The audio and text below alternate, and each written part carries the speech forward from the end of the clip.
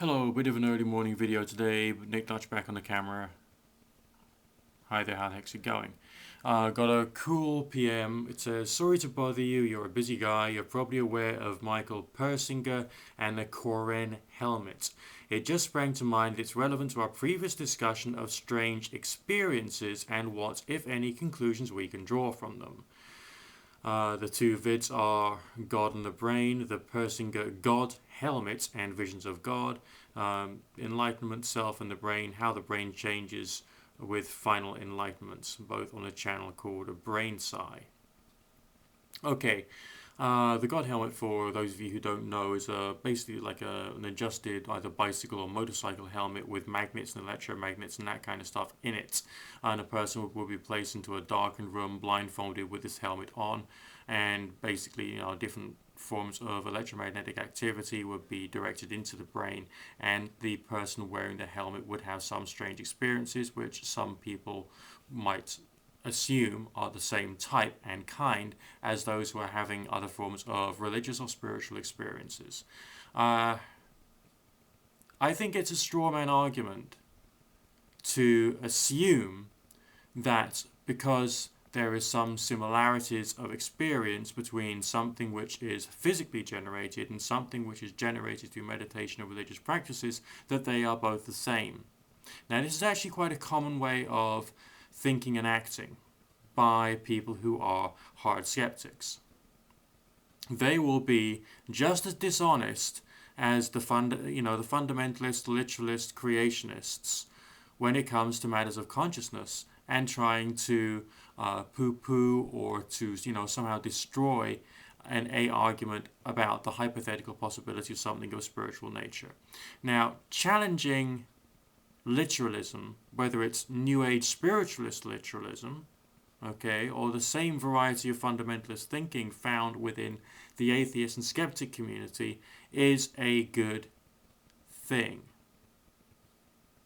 So, in one respect, the God Helmet experiments are challenging some people's hard truth claims, which is positive and good and should be encouraged. But it is a misrepresentation to say that those strange experiences initiated in that way are precisely the same as the other ones that people get through having, going through the religious exercises, trying to have a spiritual or religious experience, okay? So essentially, the God Helmet experiments only prove that a certain type of strange experiences occur under certain circumstances and certainly cannot disprove all of the rest of the strange experiences that one can actually have.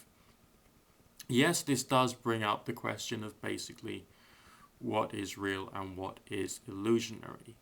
But there aren't hard and fast answers as of yet, and all forms of these strange experiences, in my opinion, will have to be studied in a much more detailed and rational way, not drawing to conclusions which are under the umbrella term of rationalist, which basically means skeptical, which is not rational, which is a belief position,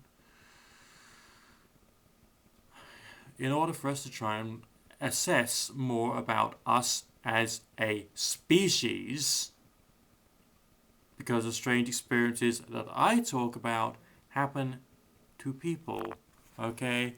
And people who've had their brains tested, and basically there's nothing wrong with the brain.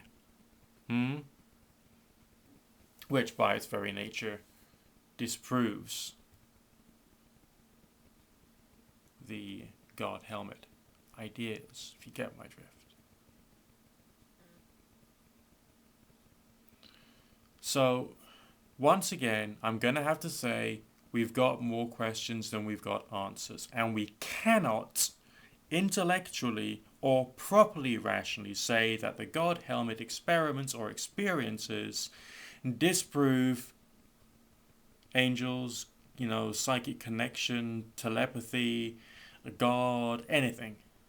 It's irrational, illogical, and just downright bloody stupid to assume that it does.